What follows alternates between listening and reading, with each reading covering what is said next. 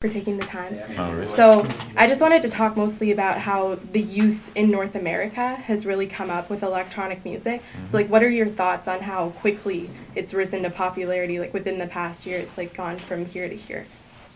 I think there's several factors that are important to mention. I think first of all, the impact of social media and the YouTube channels. Second, the success of dubstep as enormous. I mean, dubstep isn't as big in Europe as it is here.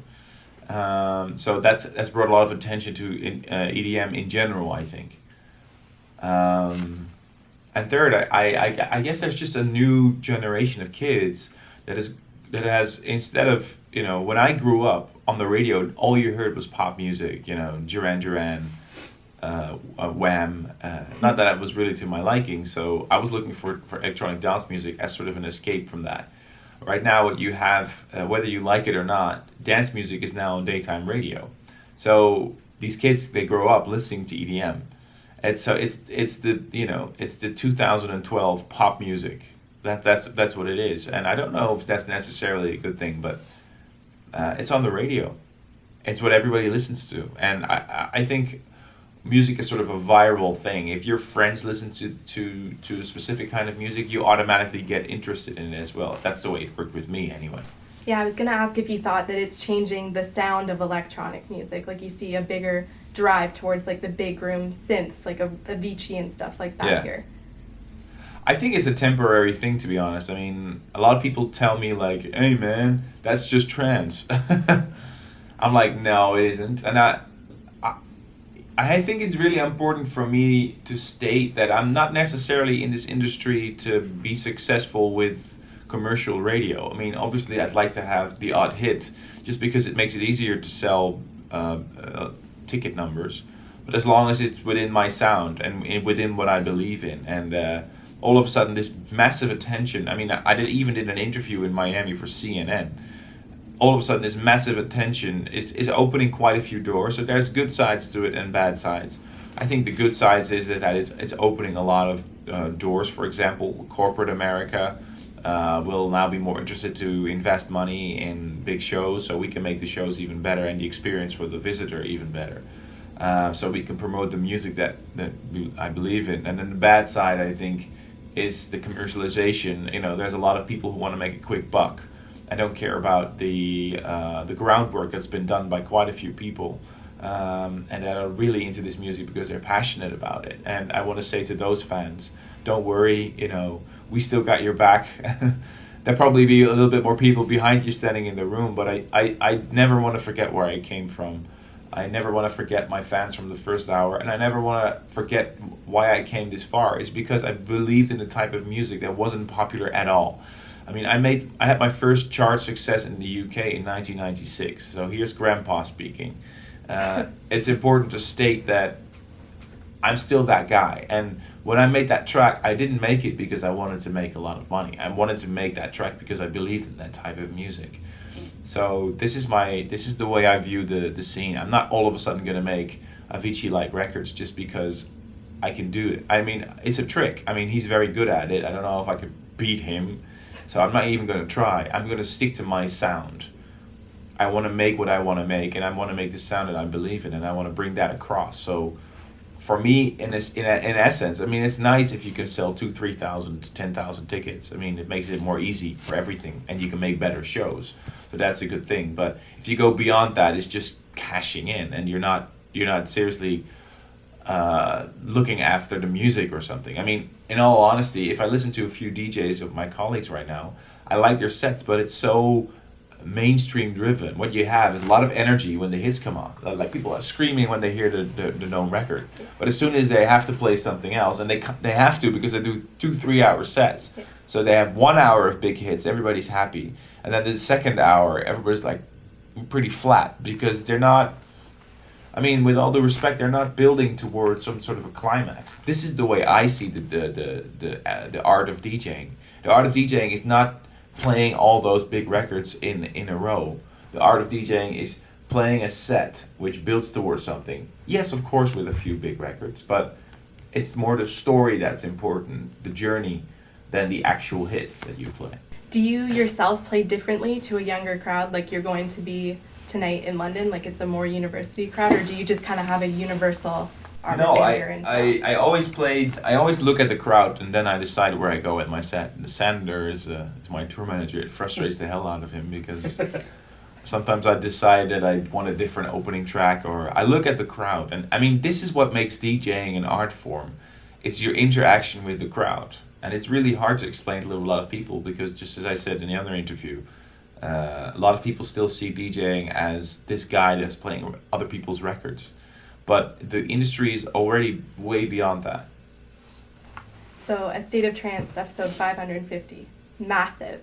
Did you ever see the radio show going that far? No, the hell no. And is there like anywhere else you'd like to see it go? Like, how could you possibly make it bigger?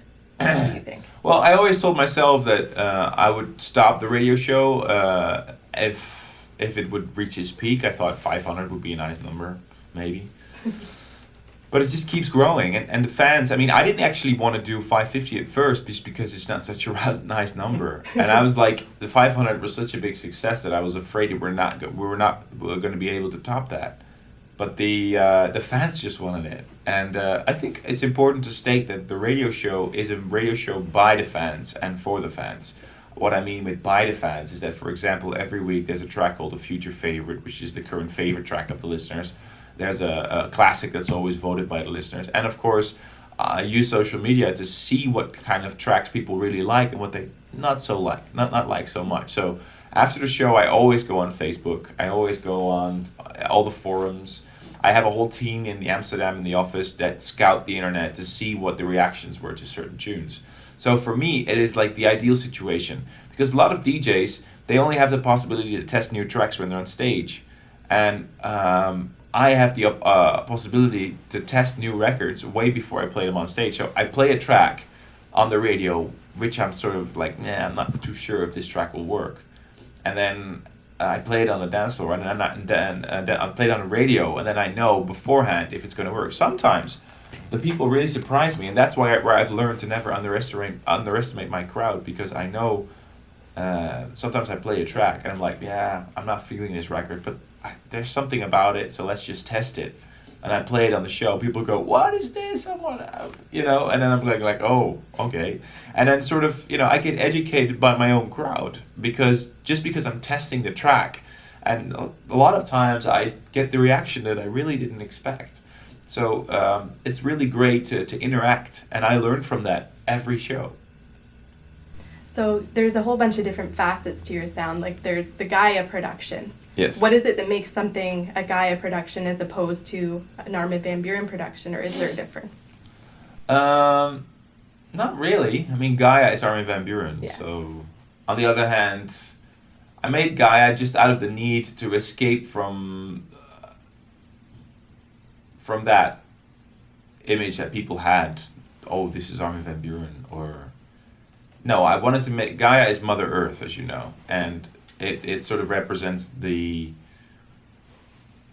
foundation of who I am, and it represents the old school Armin sound, the euphoric, uplifting, mostly instrumental music that it is, and it represents the sound of trance for me personally, and it's a little bit of a gimmick, to be honest. I mean, I just do a Gaia track when I feel like it. It's not something like, I have to do a Gaia track twice or 3 times a year. It sort of exploded into this thing, and it just feels right in my point in my career. I mean, if I would release a track as Armin Van Buuren and not as Gaia, I would sell way more. But just because I released a Gaia, it just feels more that it has this cool factor or something. I don't know. I just want to wave to my fans and say, hey guys, I'm still here. Don't worry. I'm experimenting with Armin Van Buuren, of course. I experiment with different styles and genres, and I try to develop myself as an artist, But with Gaia, I sort of want to wave to my fans and say, hey, I'm still here. Don't worry. I'm still, I'm still a trance lover. I will never forget where I came from. And it is a sound that I really like myself as well. But I want to move on as an artist, so that's why I decided to do both. Is there anyone in particular that you want to see yourself work with in the near future, like vocalists or other producers or anything like that? Well, I have a huge list. Yeah. if you have Chris Martin's number, I'd love to have it. Yeah, I've heard that one a few times. Yeah. So no, I mean, I think it's important to state that for me, what always matters is the song. If the song isn't working for me, then you can be any artist, but the record itself is a product and it has to sound right. I'm not just going to work with anybody just because I could work with that or that name. It really has to make sense. Okay. So I'll just get to the last question because we're running short, right? Yeah. So you're doing Privilege Mondays in Ibiza this summer. Yes. I'm going to one of them, so this is why I Awesome. wanted to jump to this question. Is it going to be like the typical Armin Van Buuren sound, or is it going to be a kind of different sound, more aimed at Ibiza? Well, it's always. I mean, I always adjust to the atmosphere that I'm in, whether it's consciously or not. It depends on the atmosphere of the event. But what we want to do with the State of Trance, with Privilege right now, we really want to bring a state of trance to the island. This is what I wanted to do last year in Space, but Space didn't want to drop the name B on Wednesdays. They had this night called B at Space, which was quite successful. But Privilege offered me the opportunity to do a State of Trance every Monday, and it just felt right. It just feels at this point in my career, especially with all the house guys being so very successful, and hats off to them. It just feels like the right time to really come out and promote trance music again. And I know, we've been overwhelmed with the positive reactions for this choice. So it just feels like the right thing to do. Bring my radio show, which everybody knows, to one of the, it's the biggest club in the world on Ibiza. And it is, I don't know, it's an experiment at this point. So you have to ask me next year if it's going to be a success or not. We'll have to see, but I'm really excited about it, and I'm very open to any suggestions people may have. I mean, if I would just do another year at Space or another year in Amnesia, it would just be another year at Space or another year at Amnesia. And this is a new thing, and it's a kind of really exciting. So yeah, ask me after the summer is over. I'll ask you when I'm there. Okay, cool. Okay, thanks so much.